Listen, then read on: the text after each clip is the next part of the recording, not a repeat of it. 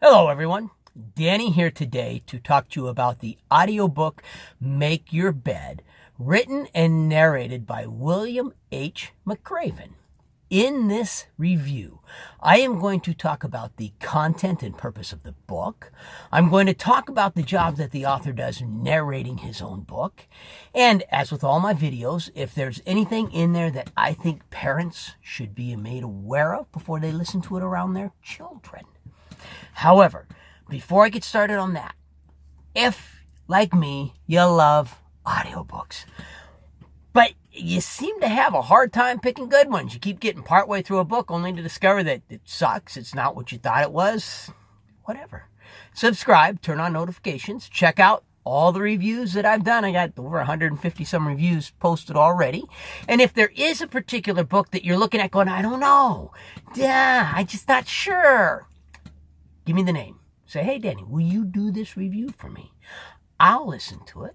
I'll post a review and you can take it from there. Now, to the book.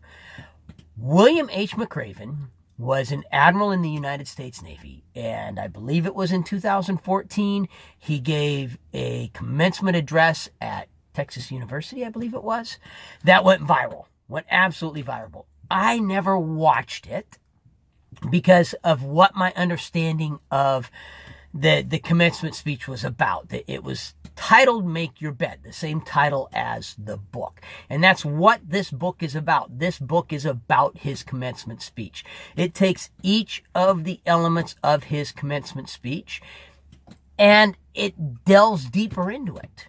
He tells stories about how either he or someone else has used that lesson to improve their life or improve the world around them or help them endure and get through something.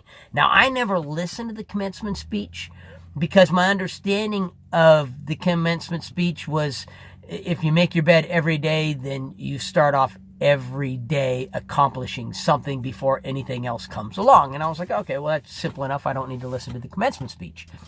Turns out I was wrong. And if that's what you think the commencement speech is, you're wrong too.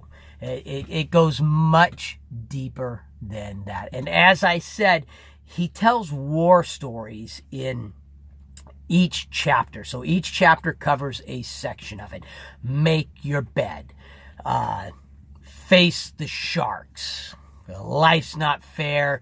Keep moving on. Different things, like that. It'll be broken down into a section. It may have one or more stories in that section.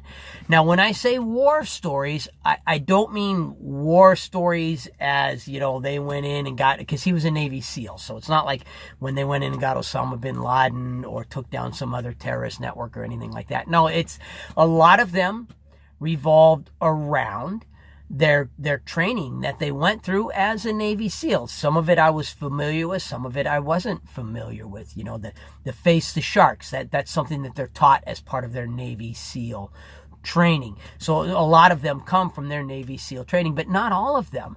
There's some in this, so I don't remember there being any foul language in it, and considering that he was an admiral in the United States Navy, I would be shocked if there was foul language in it. He'd be an officer and a gentleman, so he wouldn't talk that way. There was no off-color jokes that I can remember or anything like that. But there are some moments that, there's a story he tells. I don't remember which principle it was about, but he had a parachute accident. And he describes in detail what happened during the parachute accident, what happened to his body, his pelvis getting ripped in two, and I'm driving down the road going,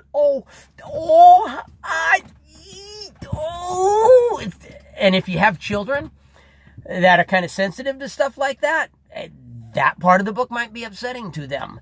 He tells a story of a soldier who had, and this is the life's not fair, keep moving onward, I'm pretty sure is where this one came from. A soldier who'd lost his legs and was just, it's not going to stop me.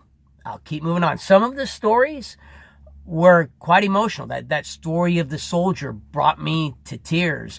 There's a part where he's talking about having to console parents who had lost their sons, and they were at their son's funeral. And, it's not a book that glorifies him by any stretch of the imagination. Nowhere in this book do you go, wow, he sure likes to brag. That never happens at all with this book. And this was another section where you're like, wow, because he's talking about struggling with, what do I say to these parents that have lost their sons? And then he talks about someone else that he saw there who was dealing with these parents and able to console them. And it was because, it's the chapter on, look at my notes here, failure can make you stronger. I'm pretty sure it's a chapter on failure can make you stronger, because this other person had lost a son. And so he was able to relate to the people. And so in this instance, his loss of his son made him stronger. And failure doesn't mean you fail at something, but just, the hard times can make you stronger, kind of a thing. So maybe failure was the wrong word to put there, but, so they're stories of them, in the mud, becoming sand popsicles, I think they're called. And anyhow, so you get stories from boot camp. You get stories that are heroic.